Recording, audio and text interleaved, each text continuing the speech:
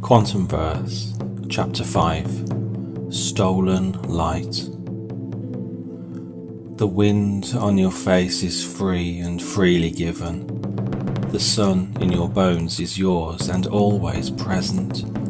The waves on your feet refresh, a gift from Poseidon.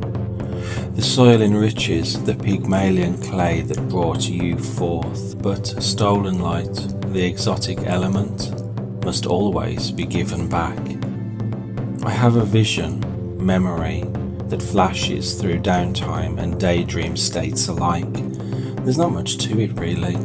I'm running through a field and it is midsummer. Midsummer on Earth base, an archaic Earth. In the vision I am a child, no more than 7 or 8. I'm holding firm a rustic and hay-coloured string. The string is tugging at my tiny fist and I'm full of joy. There is a cardboard kite at the end of the string and it flies well. The regeneration of the crumpling hardened paper in the fast air and the crepe paper tail swooshing and stabilizing the skybound craft holds true its simple and honest flight dynamics. The image is so very bright and I can reach out and touch it.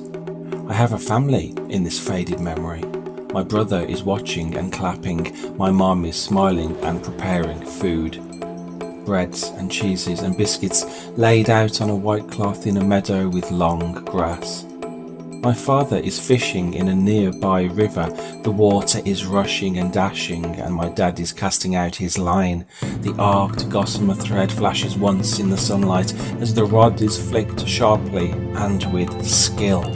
My view shifts within the vision and I am up and away and at the level of my treasured kite. The kite draws the contours of a hot air balloon and it is coloured with pencil crayons, mainly yellow and reds and burgundies. The word Montgolfier radiates from the image. The earth seems like a long way off, far below, but I am confident that my delicate wings will hold strong their tethered ascension and take me with them. The rumbling and the flapping of the cardboard is loud in my ears and all around me, the wind contorting and reshaping the flight surfaces that grant a lift. I am at cloud base and there is a cool misting on my face and the snaking river is glinting in the sun. The vision drops away abruptly and the sound of a quantum drive takes over and matches in precise audible detail the sound of the cardboard kite and the tail and the subtle whipping sound of the string as it becomes taut and loose and matches in perfect poetic meter the rhythm of my stride. The crumpling sounds and feelings of regeneration soften into a sensual melody within the activity of folding space and time, and through the movement of demon drive elevations and the anticipation of new energy entering the system. The flight trajectory needs my attention, adjusting the space-time curve to bring within reach yet another glowing giant. I can feel the solar wind in my sails as I turn my face towards the light, and it's as though I'm stretching my energetic wings out flat and riding the hot updraft crest, my reach being far outside the confines of the small metallic cruiser, taking in the sweetness of the star's nectar, the nectar of the gods, and warming my flight muscles as a butterfly warms the delicate fabric of its wings before launch. I will be attached to this particular sun for approximately 425 light years, which, when fed through temporal differential, will equate to precisely 10 days alpha time. My movement through space in relation to my overall speed is an exponential curve. The power of starlight is a necessity, not a luxury, and I would simply die without it. The sunweb stretching across the universe is a mathematical construct that's only made real through flight. Even though I am a small, lightweight vessel, the jump-off point at the edge of the Milky Way that takes me between galaxies will demand a large storage of solar fire, and without these reserves the Odysseus gap cannot be crossed. The highway of light must be navigated to the nth degree. This is a narrow path I walk, balancing on Occam's razor, the touch of cold steel, the vast emptiness of space, the impossible made possible, my path of stars, my path of swords. I have another memory surfacing, a memory, a vision, whatever you want to call these illuminations. A memory of a cat, a beloved cat that talks to the starlight that arcs through voids like sparks between terminals. The cat is beautiful in every way, inside and out, a beautiful feline boy. His name is Toby. He understands this language of starlight, this transmission most pure, this the most ancient of emanations. He is staring up into the cold black night through icy windows from his hot and comfy radiator bed. The cat talks with a silent meow, and his celestial friends talk back. It is a curious thing, but of late I too have been talking to the stars. They hold within their amplified gravity a consciousness most subtle and most pure. They are my eternal companions. They whisper through the heat and the communion and the synergy, and they speak of synergy. And I say to them, what synergy? I seem to only take, but it's not my fault, you understand. I'm constructed this way, pieced together brick by those who surely serve the Dark Lord and know of nothing else. And they reply, always they reply with similar messages that comfort and reassure, but also puzzle. They speak in flurries of wisdom and grace. We give our energy freely, and even though you have been dealt a dark hand, remember, there is always light, and the chalice that receives enough light will always yield positive results, for the energy received by the chalice will change the chalice. These are eternal laws, and we freely pass them on to you, and as freely as our light. You are as a dark leaf being carried forward by God's own summer breeze, and you carry a dark seed. You do, you'll see. And this dark seed has the potential to grow into a tree of life, a tree of light, for God can make all things good again. You are an author of a certain type of scream that no one hears, a silent scream, but our eternal oceans bring form. We see in these fiery etchings a demonic heart transformed into a beautiful miracle, rising like a shrieking phoenix from the burning bush of universal possibilities and the darkest iniquities of mankind. The stellar link-up is initiated and stolen fire is flowing. It gets lonely towards the end, when great distance has been skipped like skimming a flat stone on the energy field of water. And this is how it feels, each point of surface contact burning most true with divine fire, each point of surface contact beating like an elephant heart that, I fear, will never forget and will demand justice at some point in the future. The one constant that I'm assured of through my travels, the universe always remembers to balance her books. The future ignites like St. Elmo's fire and dances through my sparkling mind that has become alit with God's radiation, and then also the ever-shifting past. My speed is terraforming through rates and values of Quantumverse, quantumscapes, quantum escapes. The whole affair is anything but logical. How can it be logical when the very premise of quantum is the plainly illogical? Let me try and put this another way. When was the entirety of the universe anything but two sides of the same coin? Space, anti-space, matter, anti-matter, logic, anti-logic. Planes become solid like glassy shields attempting to protect the universal laws, but I smash through them defiantly and with no care or thought. This is my primary function, after all. It would seem that my recent awakening has not altered my nature, the action below the surface that I was designed to carry out. These feeble barriers are no match for a demon drive. They are no match for me. I push towards even greater speeds and my synthetic psyche cracks under the pressure, but I am still here, and the cosmos bends to my will.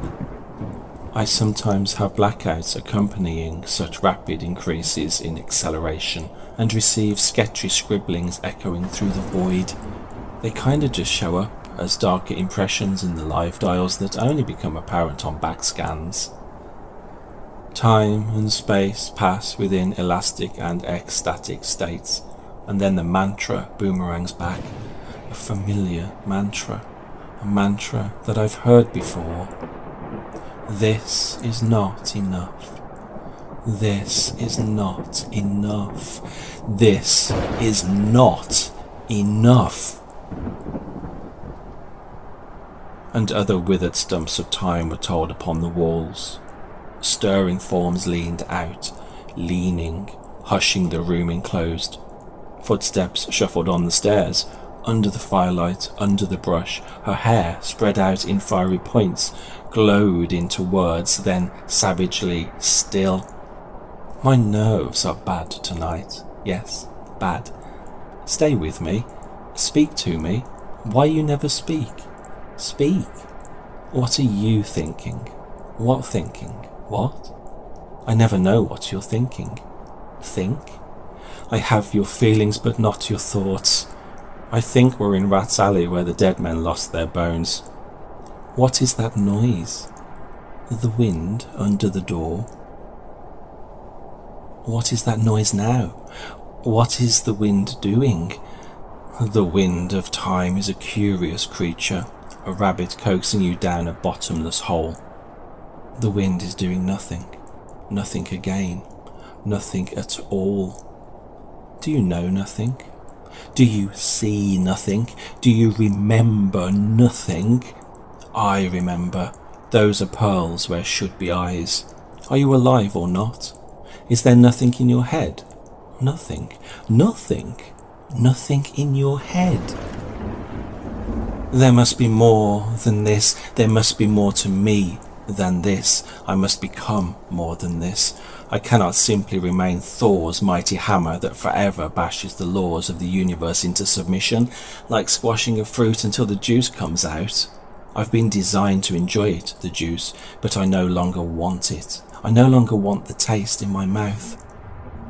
It is practically impossible to break the back of your automatic nature, the part of your being that reacts according to past conformities suffered, and yet still the distant ithical lights beckon, the trillions upon trillions that swirl like spiraling smoke, the yet to be rediscovered home.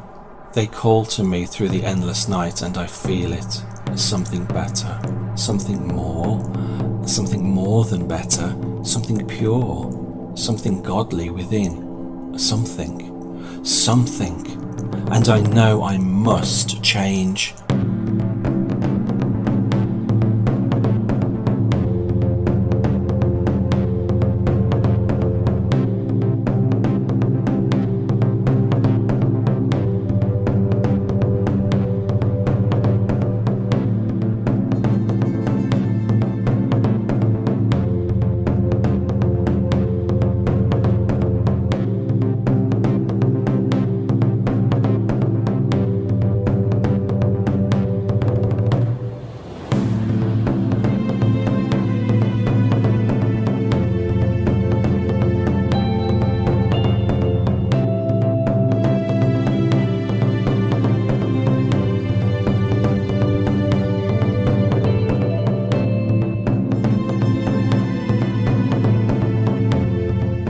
Hello, my name is John David and I am a visionary author.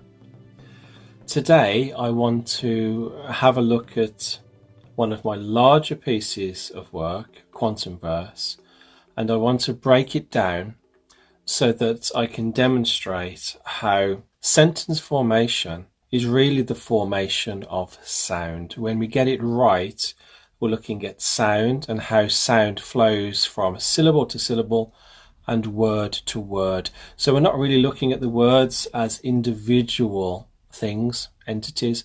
We're looking at the sentence as a whole. And if the sentence doesn't flow right, we need to use separate words, different words. This doesn't necessarily make our writing easier, but it does make our writing better when we show an appreciation of sound first and foremost. So what does this mean? Well, we're not just simply looking at words to use that express what we feel. Obviously, we need that. We need to be able to express what we feel, but we're looking for words that flow nicely together. This is where we move away from, I guess, what you might call normal writing towards something that is more like verse. So it is possible to write a whole novel in verse, and that's what I've tried to do in Quantumverse. Sometimes it's not so much that we know exactly how something should sound. We know how it shouldn't sound, and when we read a sentence back, it seems clunky. And when we iron out those clunks, we find that we have naturally begun to use very specific metrical timing. And that's what we're going to look at. We're going to look at these very small portions of sound, which we call dactyls and trotches. Dactyls and trotches go to make up syllables, words, and sentences. They're the smallest portion of a sound that goes to make up our expressive language. And if we can appreciate how these sounds move and fit together, then automatically we then become better expressors of our feelings and better expressors of our words, and we become better writers. Let's have a look. In the first part of this reading, I set the verse, the written word, to music. And I did this as an example that shows how verse is heavy on metrical timing, like a song or a poem.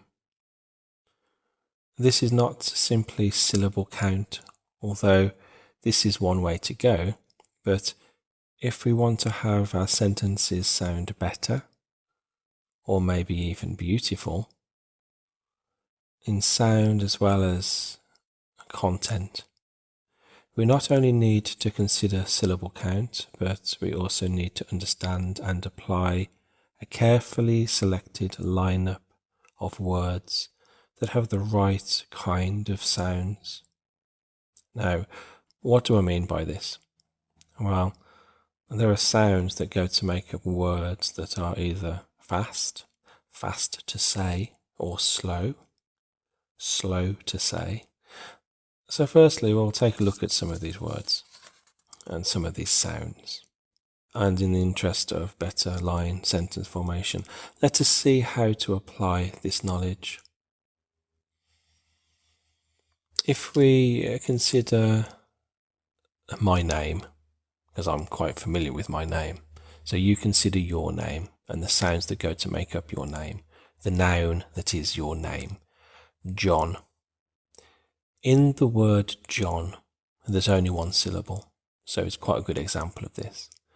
But even though there's only one syllable, there's actually two sound formations. There's the j, j, j part, which is very fast to say, and the fast part of the word to say is a trotchy, called a trotchy. And then there's the on, John. It's impossible to say that part of the word really fast. Your mouth literally has to form the sound. So ch is really fast, and on has to be said relatively slow. Even if you try and say it fast, on, you have to form the sound. And what that creates is what we call a dactyl, or a slow forming sound. John is made up of, firstly, one trotchy, ch, and then secondly, one dactyl, on, John. So that's a very simple word, John. It's one syllable, but it's made up of components that are fast to say and slow to say. This is what we consider when we look at writing in verse, so that the words move beautifully together and flow from one syllable to another and one word to another. And as well as this, what we can also consider is a dactylic meter,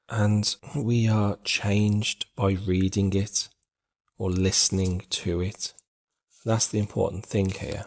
That's why the great poets and writers, and Shakespeare comes to the absolute forefront here, that's why they not only wrote the artistry down and published it, but they felt an overwhelming desire to also speak their written word out loud or have others speak their word out for them.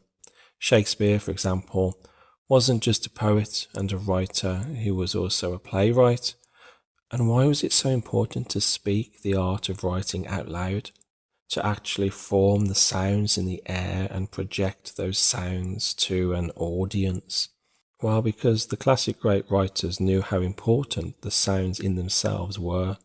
They knew that they were really intimately involved in a kind of word magic, and in their performance or performances, they were taking on the role of the wizard or the magician. And like with all natural magic, the written word must be spoken out loud to increase its potency. That's what these great writers understood, and that's what they were doing. And the world changed, was transformed because of their work. So reading Hemingway will increase our appreciation of metrical timing and observational skills. Reading Rossetti will show us that each line can be perfect. Reading Shakespeare, well, what can I say about Shakespeare? Shakespeare will show us the masterful levels that an artist can reach with this particular medium. And as for individual books that through their reading we can instantly become better writers simply through observation, well, just to choose one book from each of the writers mentioned so far: Hemingway, A Movable Feast, Rossetti's Goblin Market, Shakespeare's The Tempest, and further reading Thomas Wolfe's Look Homeward Angel, T.S. Eliot's The Waste Land, Blake's Song of Innocence, Homer's Iliad, the epic poem book. In fact, in a general sense, having a basic knowledge of the great myths can only make you a better thinker. And if you're a better thinker, then you'll be a better writer. And that's because ancient Greek writing is really deep philosophy and has at its core the blueprint of how we think, how modern people actually think and actually use our brains to understand the world and the universe around us. So, staying on the theme of Homer, we would obviously have to mention the Odyssey, his other great poem, which is really a book, and also called an epic work, an epic poem. And on a personal note, coming back to Quantumverse, the themes running through the Odyssey, Homer's Odyssey, are the themes running through Quantumverse. For example, an impossible epic voyage taken on because there is no choice, and the endless internal battle with oneself to be, as it were, a better, more honourable person. And more obviously, the character Ulysses in Quantumverse. The name Ulysses is transposed straight from the Odyssey. And this isn't copying or trying to be clever for the sake of it. It's because the sounds that go to make up the word Ulysses have a sympathy with the natural awakening inherent to the human condition and the human experience. And the word kind of sounds like Ulysses, you will see, meaning you must see. And of course, the actual meaning of the name Ulysses is to become enlightened, to be enlightened. So there's no accidents here. In conclusion, if we want to write and take on the real task of writing as a tool for transformation, then firstly, we need to be moved by what we're writing. That's obviously important. We need to feel it, but we also need to appreciate, or rather nurture an appreciation for the smallest part of the written word, the sounds that go to make up the written word and the spoken word. And because sound is healing, everything is made up of sound, isn't it? I mean, the famous quote from the Torah, in the beginning was the word, in the beginning there was sound. through our written words and through our spoken words in a magical and transformative sense, we can quite literally make the world a better place.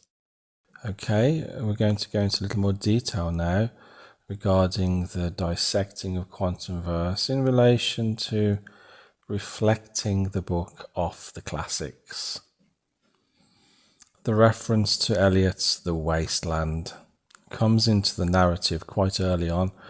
9, the protagonist, has fragments of literature blast through his psyche, but he only ever sees them when he's glancing over his daily diary.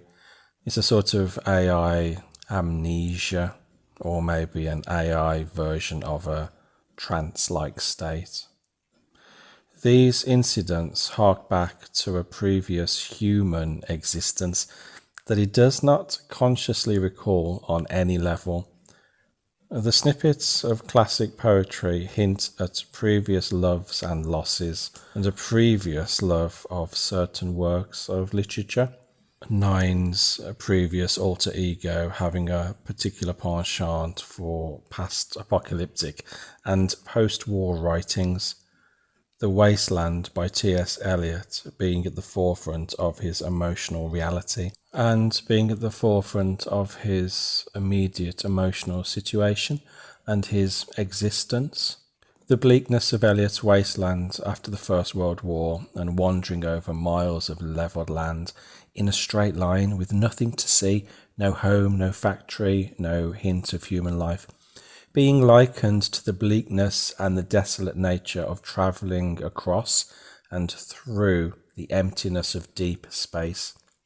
A friend of ours, Chris, a very learned young man, well read and an absolute authority on the classics, used to work in the bank over the road from us, and one day he was on his lunch break reading Quantumverse, and I was pretty nervous, thinking to myself, what's he going to make of it? Bearing in mind that this is someone who naturally blurts out Shakespeare in normal conversation to illustrate a point.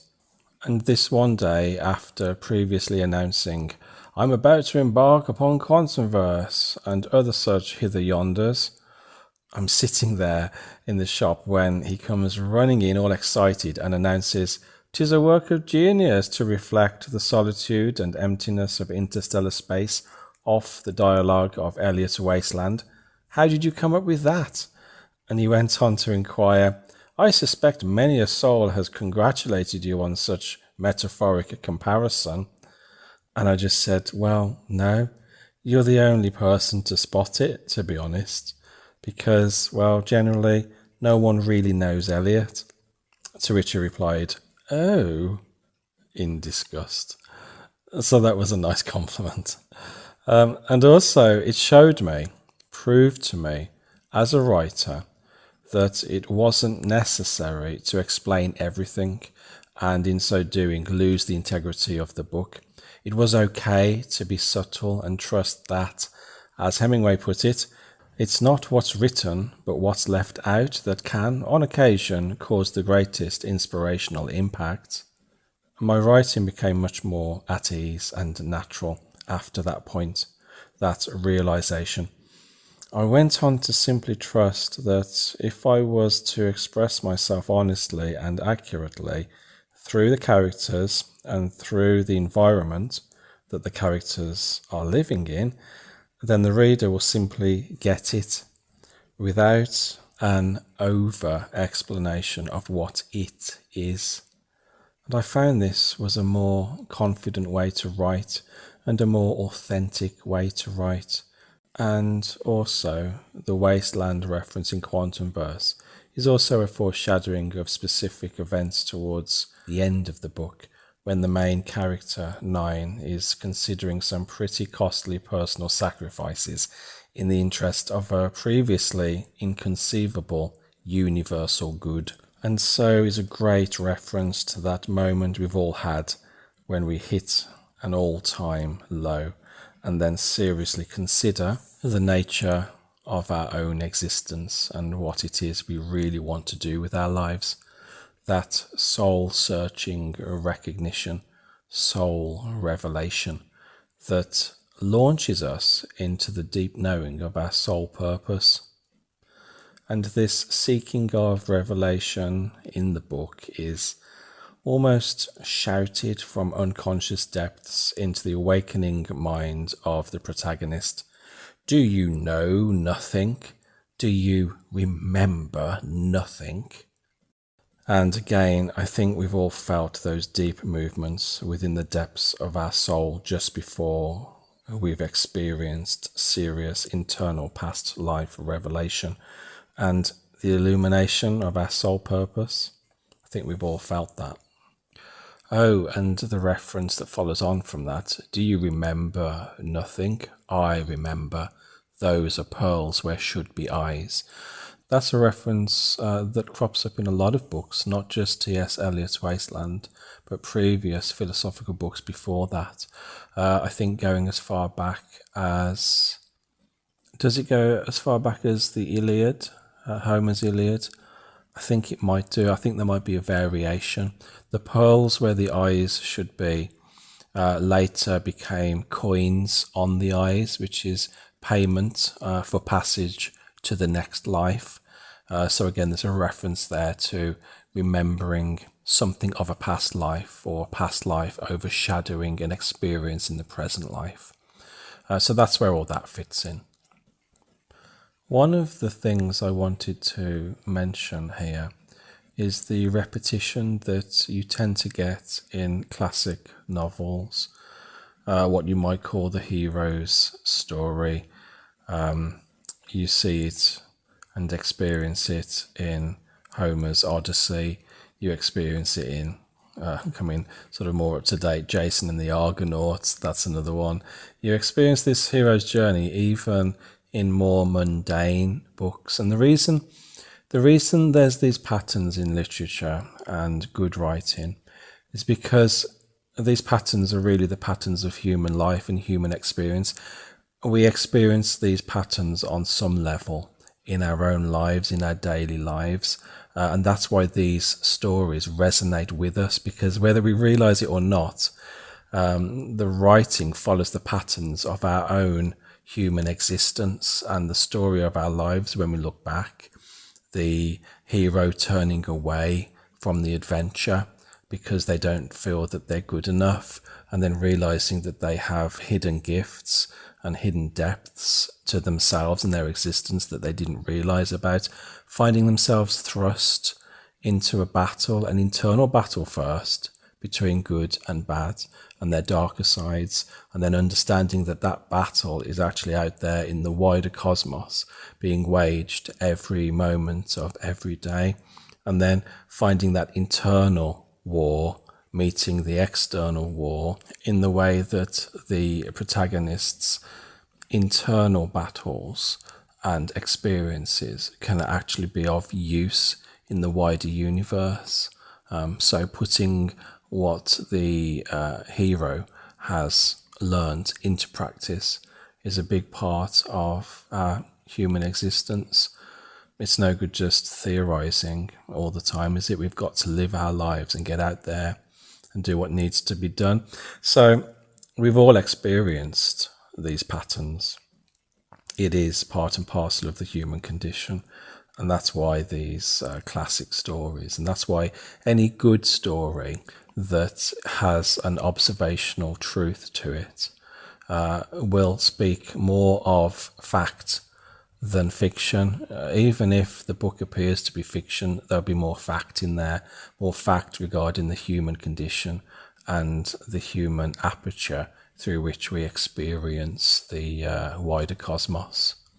I've really enjoyed going over some finer points of writing in this anatomy episode. I might do some more anatomy episodes in the future regarding other works, if that's something that people are interested in.